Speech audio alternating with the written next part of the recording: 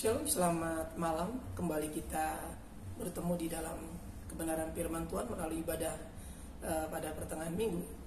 Pada kesempatan malam hari ini, saya sangat bersukacita bisa kembali menemui saudara melalui ibadah dan melalui renungan firman Tuhan malam hari. Namun sebelum kita masuk dalam kebenaran firman Tuhan, mari kita berdoa. Terima kasih Tuhan untuk kesempatan di mana Engkau masih melayakkan kami, mengampuni kami senantiasa, supaya kami dapat menikmati senantiasa hubungan dengan Tuhan, menikmati hadirat kemuliaan Tuhan, dan menikmati lawatan Tuhan senantiasa melalui firman Tuhan. Sekali lagi ya Tuhan, urapi kami semua, siapkan kami untuk menerima berkat, untuk menerima pengetahuan firman Tuhan, untuk menerima pewahyuan daripada Tuhan senantiasa untuk menjalani kehidupan ini melalui firman kebenaran. Dalam Kristus kami berdoa dan mengucapkan syukur. Haleluya. Amin. Bapak Ibu Saudara yang dikasihi oleh Tuhan, dalam kesempatan kali ini saya ingin mengajak kita membaca di dalam surat 1 Yohanes pasal 5. Surat 1 Yohanes pasal 5 ayatnya yang ke 14 terlebih dahulu. Kita akan baca ayat yang ke-14.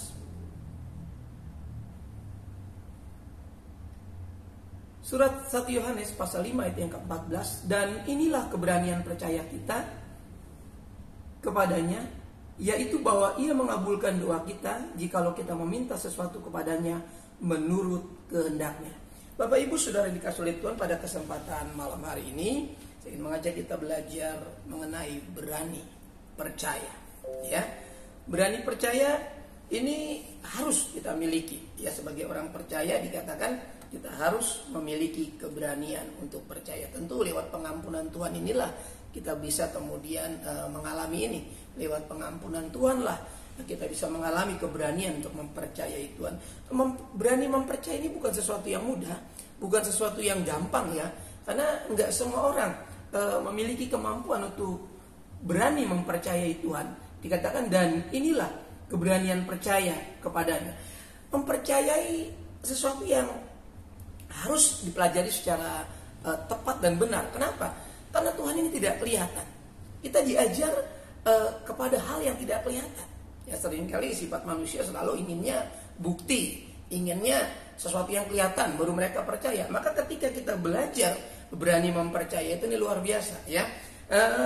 Dari mana kita harus memulai hal ini, Bapak Ibu Saudara dikasihi oleh Tuhan, untuk mengerti mengenai judul renungan kita, berani percaya. Kita lihat di poin yang pertama ayat yang ke-13.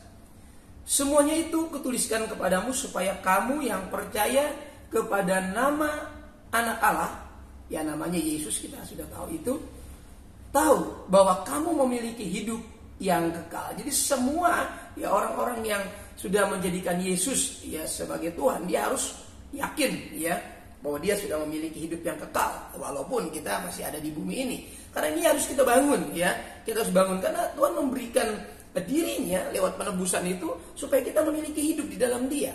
Karena makanya saya katakan ketika orang mendengar Yesus berkatakan supaya kamu hidup, padahal sedang pendengarnya masih hidup, orang akan berpikir hidup yang mana? Tentu yang Yesus bicarakan bukan hidup yang sedang dijalani, tapi suatu kehidupan yang baru, kehidupan yang bisa mengalami Tuhan, kehidupan yang bisa merasakan Tuhan, kehidupan yang bisa ya melihat Tuhan secara rohani. Ya, karena ketika kita berani mempercayai itu, kita sedang mempercayai hal yang tidak bisa kita lihat sebetulnya. Tapi kita diajar untuk melihat dengan mata rohani kita.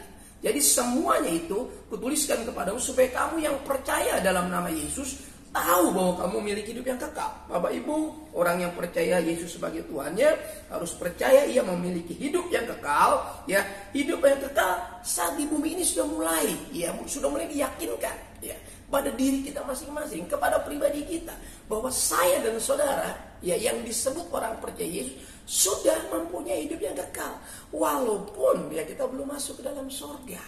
Tadi kan Yesus pernah berdoa mengajarkan kepada murid-muridnya ya, datanglah kerajaanmu, jadilah kehendakmu di bumi seperti di surga. Saudaraku, kehendak Tuhan supaya setiap orang yang percaya Tuhan ada bisa merasakan kehadiran Tuhan, kerajaan Tuhan, soal kehadiran Tuhan. Ketika Yesus ada di tengah kehidupan di masa itu 2000 tahun yang lalu, dia katakan sesungguhnya kerajaan Allah sedang datang di antara kamu. Ya, bahkan ketika orang Farisi bersoal jawab dengan Yesus mengatakan sesungguhnya kerajaan Allah tidak jauh dari antara kamu. Ya, Yang dimaksud adalah dirinya. Kehadiran Tuhan Allah dalam pribadi Yesus Kristus. Perhatikan. Ini harus kita yakini. Supaya kita sungguh-sungguh percaya bahwa Yesus adalah Tuhan. Yesus adalah yang memberikan kehidupan yang kekal. Kita lihat Yohanes 17 ayat yang ketiga. Supaya kita tahu ya bahwa hidup kekal itu apa sebetulnya. Sehingga kita punya keberanian percaya kepada hal yang tidak kelihatan. Bahkan ketika kita berdoa kita juga percaya. Kita lihat ayat 3 Yohanes 17. Injil Yohanes pasalnya yang ke-17, Iya. ayatnya yang ketiga. Iya. Demikian firman Tuhan. Inilah hidup yang kekal itu, yaitu bahwa mereka mengenal Engkau satu-satunya Allah yang benar, Iya. dan mengenal Yesus Kristus yang telah Engkau utus. Perhatikan. Jadi hidup yang kekal dijelaskannya di dalam tulisan Yohanes pasal yang ke-17 ayat yang ketiga adalah suatu pengenalan. Ya, suatu pengenalan yang benar tentang Tuhan Allah, tentang Yesus Kristus yang diutus, ya. Tentang Yesus Kristus yang diberikan bagi manusia yang mau percaya. Ini pengenalan yang benar, ini yang akurat, ya. Kita sehingga tidak lagi meraba-raba yang mana sih Tuhan seperti apa. Kita sudah tahu bahwa Yesus adalah Tuhan. Jadi hidup kekal yang dikatakan Yesus adalah pengenalan baik Bapa, ya Tuhan Allah, maupun Yesus Kristus ketika dia menjadi Tuhan dan Guru, menjadi Tuhan dan Guru, ya dia mengajar dan juga mendidik, ya juga membimbing, memperkenalkan kebenaran yang sejati di dalam dirinya. Nah ini sungguh-sungguh bahwa pengenalan ini perlu kedekatan, perlu waktu, perlu rutinitas, ya, perlu sering bertemu, sering menjumpai, ya. Supaya kita memiliki pengenalannya semakin jelas, semakin akurat. Nah, Bapak Ibu, orang yang percaya Yesus sebagai Tuhannya, dia harus memiliki hidup yang kekal, yaitu memiliki pengenalan. Ya, bagaimana orang bisa mencintai Tuhan kalau dia tidak mengenal? Ada satu kata yang sering kita dengar, tak kenal maka tak sayang. Ya, ternyata memang benar. Semakin kita mengenal, semakin kita sayang. Ya, semakin kita tahu persis, ya, semakin kita bisa mengidentifikasi dengan tepat, ya, yang namanya Tuhan Yesus itu seperti apa pribadinya, ya. Ketika seseorang berdoa kepada Tuhan di dalam nama Yesus, dia sudah memiliki keyakinan karena dia mengenal kepada siapa dia berdoa, ya, kepada siapa dia berhubungan, kepada siapa dia sedang berbincang-bincang, ya, sehingga orang-orang tidak salah, kita semua tidak salah. Dan orang-orang yang percaya tidak salah di dalam berhubungan dengan Tuhan, di dalam berkomunikasi dengan Tuhan. Kalau kita sebut dengan doa, kita tidak salah berdoa. Kita sangat berhati-hati dalam berdoa. Dan kita sangat serius dalam berdoa. Karena kita punya hidup kekal, yaitu pengenalan terhadap Tuhan, pengenalan terhadap pribadi Yesus sebagai juru selamat kita satu-satunya. Ya, kita lihat Yohanes 10 ayat yang ke-30. Yohanes 10 ayat yang ke-30. Injil Yohanes pasalnya yang ke-10, ayat yang ke-30. ayatnya yang ke-30, demikian firman Tuhan. Aku dan Bapa adalah satu. Perhatikan. Yesus dan Bapa adalah satu. Jadi Yesus ya Bapa ya Yesus. Orang akan berpikir, kok bisa? Dan justru saya katakan, orang-orang Kristen yang menjadikan Yesus Tuhan, dia harus sudah tahu pengenalan ini. Ya ketika orang mempersoalkan Tuhan 3 lah, kita gak terganggu. Karena yang kenal itu kita, gitu loh. Jadi kalau orang yang ngomong kesana kemari, ya wajar saja karena mereka tidak punya pengenalan. Karena pengenalan ini didapat dari sebuah intimasi, dari sebuah keintiman, dari sebuah rutinitas, dari sebuah seringnya kita bertemu dengan Tuhan di dalam doa kita, di dalam hubungan relasi kita, mungkin di ruang-ruang yang lain, bukan cuma doa. Keseharian kita punya komunikasi, kita sering membaca firman Tuhan, kita punya komunikasi dengan Tuhan lewat firman Tuhan, lewat hubungan kita. Ini kebutuhan-kebutuhan dalam sebuah kepengenalan. Jadi hidup kekal ini sudah kita awali dengan belajar mengenal Tuhan, walaupun kita belum di surga. Saya tidak bilang ini di surga, bukan. Tuhan mau di bumi seperti di surga. Relasinya hampir sama, walaupun ini masih di bumi. Kita belum di surga.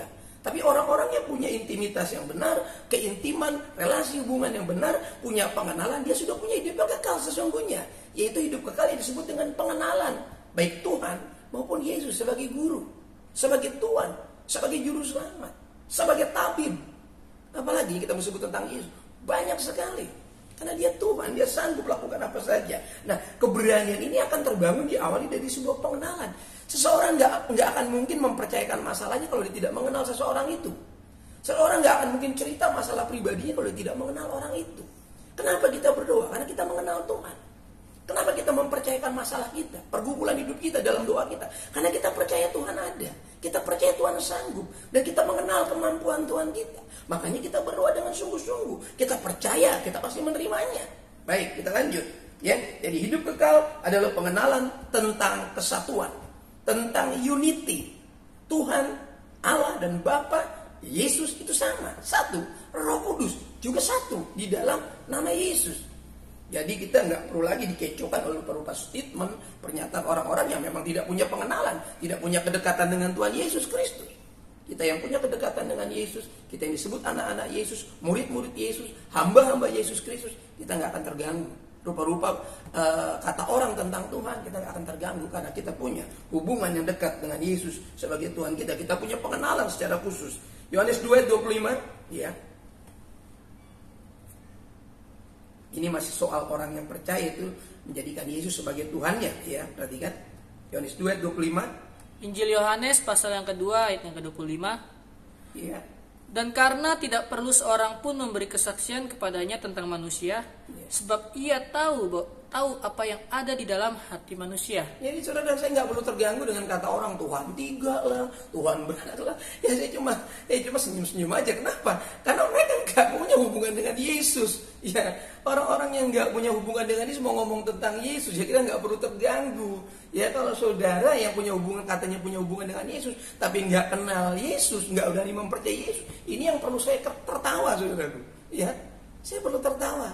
Kalau kita yang menyebut percaya Yesus, tapi kita nggak yakin kuasa Yesus Kristus, karena Yesus mengenal hati kita, kita percaya atau tidak, kita full atau tidak percaya, kita 100% percaya. Tuhan mengenal hati manusia. Ya, Tuhan mempercayakan dirinya kepada orang yang mempercayai Dia.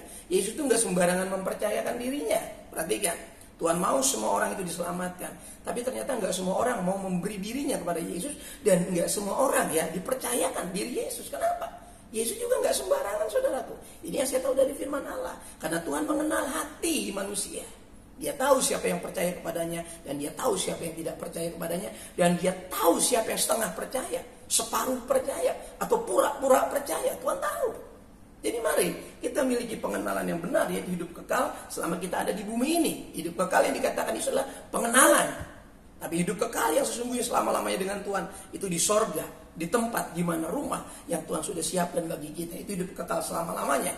Tapi hidup kekal yang dikatakan Yesus dalam Yohanes tadi adalah sebuah pengenalan yang memerlukan rutinitas, memerlukan aktivitas terus-menerus di dalam berhubungan, berkomunikasi dengan Tuhan. Yang kemudian, ya ayat 14, kita turun tadi, ayat yang tadi masih ayat 14. Di poin yang pertama kita baca di awal nats kita tadi. Dan inilah keberanian percaya kita kepadanya, yaitu bahwa Ia mengabulkan doa kita jikalau kita meminta sesuatu kepadanya menurut kehendaknya. Ruang doa, ya. Ruang doa ini menjadi alat ukur. Ya. Ini menjadi batu ujian bagi kita. Ya, seharusnya dari sini kita akan melonjak ya ke dalam level berikutnya. Ketika seseorang berdoa akan terukur seberapa percaya seseorang itu. Karena orang yang menyebut dirinya percaya Yesus dan percaya Yesus sebagai Tuhannya, perhatikan waktu dia berdoa, dia punya keberanian percaya bahwa Ia mengabulkan doanya. Orang yang berdoa harus yakin bahwa doanya dikabulkan. Perhatikan. Ya, jikalau kita memintanya sesuatu kepadanya menurut kehendaknya, saudaraku sebagai orang yang punya relasi dengan Yesus, ya punya keberanian percaya dengan Yesus, dia sungguh-sungguh yakin ya bahwa Yesus yang dia puji, dia sembah, dia yakin dan dia percayakan hidupnya kepada Yesus, Yesus akan melakukannya sesuai dengan kehendak Yesus. Ingat, bukan kehendak si pendoa. Di dalam ruang doa, keberanian percaya ini harus kita jelaskan di sini. Karena di sini ukuran percaya seseorang bisa diukur di dalam doa, ya. Saat kita berdoa dengan sungguh-sungguh meminta, ya, sehingga kita kemudian menunjukkan keberanian percaya kita. Ketika kita berdoa sungguh-sungguh, sesungguhnya lah kita sedang menunjukkan keberanian percaya kita. Tapi ketika kita berdoa sekedar saja, ya, atau asal berdoa saja, ini akan menunjukkan ukuran kepercayaan kita kepada Tuhan di dalam doa. Ya, kita diajar di sini melihat ya, apa yang tidak kita lihat. Karena kita sedang berdoa kepada pribadi yang tidak kita lihat, dan kita juga diajar menerima sesuatu yang belum kita lihat. Ya, ini soal pengenalan. Ya, kembali lagi soal pengenalan. Karena kita mengenal yang tidak kelihatan, sehingga kita percaya bahwa apa yang kita minta walaupun kita belum lihat, kita sudah percaya akan menerimanya. Ya, kenapa? Karena kita yakin ya kepada siapa kita meminta. Karena kita meminta kepada pribadi yang sanggup walaupun kita tidak melihat dia. Bapak Ibu, sudah dikasih oleh Tuhan, kita akan turun ke ayat 15 sebagai bagian yang terakhir. Ya, 1 Yohanes 5 ayat 15. Silakan 1 Yohanes 5 ayat 15. 1 Yohanes 5 ayat yang ke-15. Dan jikalau kita tahu bahwa Ia mengabulkan apa saja yang kita minta, maka kita juga tahu bahwa kita telah memperoleh segala sesuatu yang telah kita minta kepadanya. Perhatikan, ini cuma terjadi dalam pengenalan. Bayangkan, dan jikalau kita tahu, ya kita tahu karena kita sudah mengenal, ya, bahwa Ia mengabulkan apa saja yang kita minta. Ini disebutkan apa saja loh. Tentu yang di dalam koridor tadi, di dalam kehendaknya. Ingat, yang tidak masuk ke sini itu kehendak kita nggak mungkin. Tapi ada beberapa kehendak kita yang kemudian memang sesuai ternyata. Itu bisa. Tapi seringkali yang tidak sesuai ini kemudian disingkirkan. Karena yang akan terjadi hanya sesuai dengan kehendaknya. Dan ini setiap orang pendoa, setiap orang percaya yang berdoa harus bisa menerima ini, menerima kenyataan ini, menerima fakta ini. Sehingga jangan mengatakan, kok saya sudah berdoa kok nggak dikabulkan. Saya sudah katakan di sini bahwa, dan jikalau kita tahu, nah ini yang tahu, yang belum tahu harus tahu bahwa Ia mengabulkan apa saja ya yang kita minta, maka kita juga tahu ya. Nah, orang yang minta juga harus tahu bahwa Ia telah memperolehnya. Bayangin, belum menerima, sudah berani percaya bahwa dia menerimanya. Ini tentu bukan pelajaran yang gampang. Karena ini saya katakan tadi pengenalan, ya berani percaya ini sebuah proses yang panjang, yang terus-menerus intens dengan Tuhan, membangun komunikasi dengan Tuhan bukan 1 kali 2 kali, hari ini berdoa besok tidak, bukan. Ya, saya sedang belajar ini terus-menerus saudaraku. Sampai kapan? Ya sampai kemuliaan Tuhan nyata. Ya, saya cuma memberikan spirit ini kepada saudara bahwa berdoa itu penting, tidak ada ruginya. Namun berdoa harus dengan sungguh-sungguh, dengan keberanian percaya. Ya karena kita percaya dapat meminta ya dan dapat menerima apa saja yang sudah disetujui oleh Tuhan. Kita hanya bisa menerima yang sudah disetujui. Kalau Tuhan oke, ya sudah terjadi. Ya, bahkan kita harus menerima itu, ya. Walaupun sepertinya kok seperti ini? Ya ini sudah yang kita percayai. Kenapa? Karena kita tahu yang diberikan Bapak itu selalu baik, yang datang dari atas itu selalu baik. Nggak mungkin Bapak kasih ular, nggak mungkin Bapak kasih kalajengking dikatakan. Ya, Bapak selalu kasih roti, telur, ya, ikan. Itu berbicara perbandingannya supaya kita bisa mengerti bahwa alasannya kenapa kita berdoa, karena kita tahu. Ya, kenapa kita meminta? Karena kita tahu, dan kita berani percaya karena kita tahu. Nggak ada orang yang berani meminta ya dengan tepat, dengan akurat kalau dia nggak tahu yang diminta itu kepada siapa dia meminta, dan dia tahu orang itu nggak mungkin ngasih. Nggak mungkin, saudara. Perhatikan. Ya, ini gambaran tentang hal yang mudah saja. Saudara nggak akan mungkin berani meminta kepada orang yang nggak mungkin ngasih. Dan kalau kita berdoa kepada Bapa yang sangat murah hati, kepada Tuhan Yesus sangat baik, maha baik, amat sangat baik, ya, maka kita tahu bahwa kita pasti diberi, pasti menerima. Pasti yang diberi itu yang Dia tahu itu sangat baik buat kita. Maka doa yang cerdas adalah doa di dalam kehendak Yesus. Ya, jadi jangan salah berdoa, kata Yakobus. Karena seringkali kita berdoa dengan dasar hawa nafsu, bukan landasannya pengetahuan, pengenalan akan Allah, yaitu hidup kekal. Bukan. Landasan kita berdoa karena pelampiasan hawa nafsu kita, supaya kita punya ini, punya itu, kita bisa ini, bisa itu, kita ngalami ini, itu. Bukan itu landasan berdoa kita. Landasan berdoa kita karena kita tahu, kita mengenal, ya. Dan Allah tahu. Ini pengenalan kita juga. Ketika kita berdoa, Allah tahu. Lalu kita katakan begini, Tuhan kan mengenal hati. Ya sebelum kita ngomongin udah tahu. Buat apa kita berdoa? Doa ini perintah.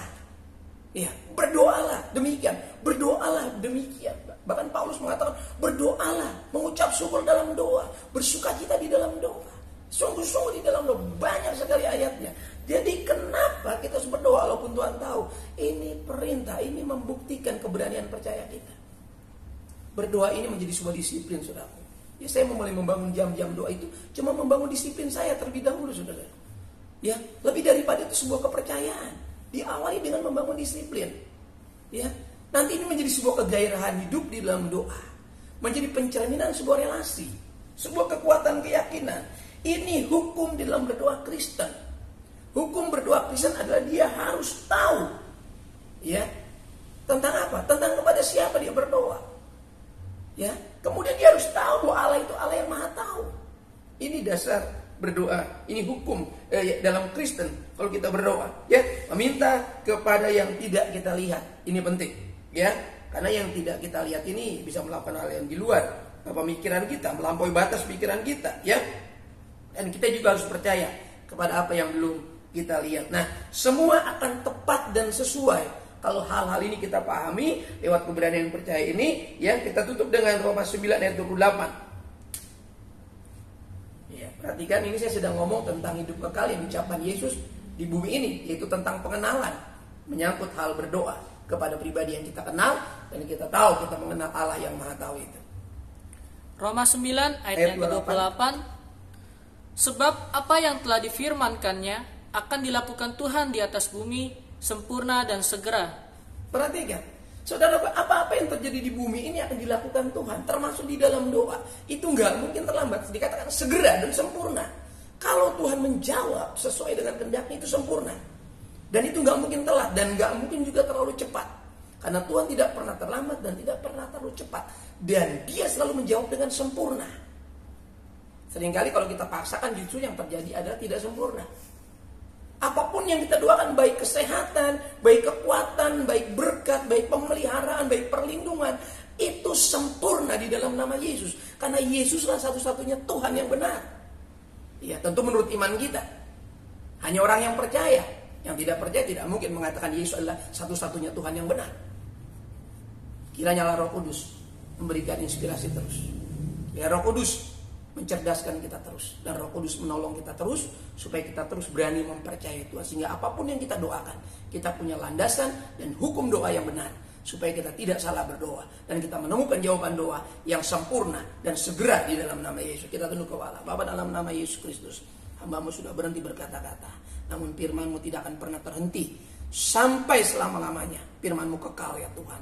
Mengenai percaya setiap orang yang percaya malam hari ini, apapun yang dia doakan kepada Tuhan, kalau itu seturut dengan kehendak Tuhan, maka Tuhan akan segera melakukannya, dan itu sempurna akan dialami di dalam nama Yesus. Terpujilah Tuhan Yesus, kekal selama-lamanya, karena Engkau-lah satu-satunya Mesias, Juru Selamat yang hidup, Anak domba Allah yang sudah disembelih, darahnya tercurah, menguduskan, menyucikan, yang membuat kami layak untuk memanggil Engkau Aba, ya Bapa. Terima kasih Allah Roh Kudus, itu firman kebenaran dalam nama Yesus Kristus. Haleluya, amin.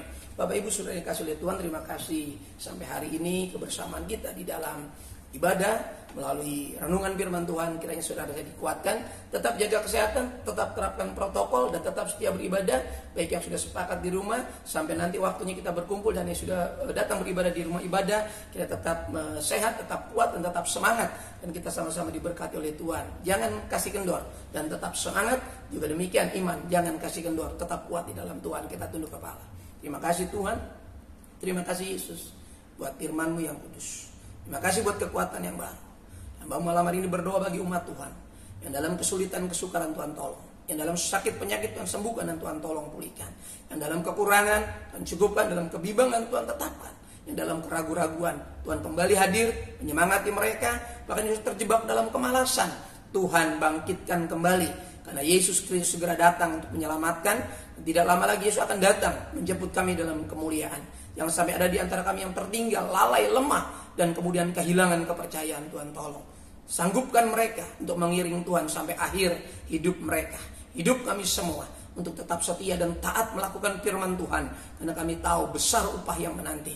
Terima kasih orang-orang tua kami, para janda, duda, lansia, single parent yang berjuang sendiri tanpa suami, tanpa istri. Tuhan juga berkati rohani jasmani dan kebutuhan hidup mereka dicukupkan. Para suami istri juga berkati kehidupan mereka, keharmonisan rumah tangga mereka. Berkati kebutuhan-kebutuhan mereka dalam mencukupkan kebutuhan di rumah tangga. Dan berkati pendidikan anak-anak kami, pekerjaan jemaat Tuhan, pekerjaan anak-anak kami. Bahkan anak-anakmu yang belum dapat pekerjaan juga Tuhan buka jalan, Tuhan berkati dalam nama Yesus.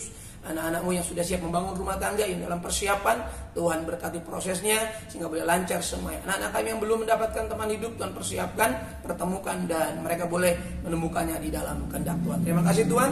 Pendidikan dasar sampai perguruan tinggi anak-anak kami Tuhan berkati.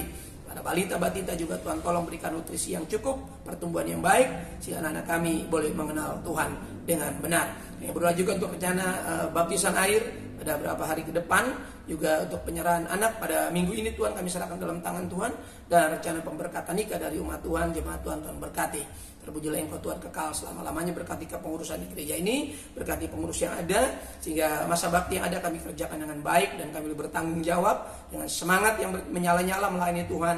Kiranya Tuhan mampukan. Berkati juga organisasi di mana kami ada, tumbuh dan berkembang melayani, di mana kami bernaung. Tuhan berkati pemimpin-pemimpin di organisasi kami. Berkati ya Tuhan bangsa dan negeri kami, pemimpin kami dari pusat sampai ke daerah, dari tingkat tertinggi sampai tingkat yang terendah, dari Sabang sampai Merauke, dari Miangas sampai ke Pulau Rote, boleh tercipta kesejahteraan. Jadikan negara kami negara yang adil, makmur, cukup sandang pangan, keamanan di mana-mana, dan Injil Tuhan tetap bebas diberitakan, nama Tuhan dipermuliakan. Krisis yang terjadi di berbagai aspek kehidupan di bangsa ini, Tuhan tolong campur tangan, berkati aparat terkait yang menanganinya, lembaga-lembaga yang menangani Tuhan tolong, sehingga permasalahan di bangsa ini boleh terselesaikan dengan baik. Berkati kota di mana kami ada tumbuh dan berkembang, sejahterakan kota kami, karena kesejahteraan kota adalah kesejahteraan kami juga.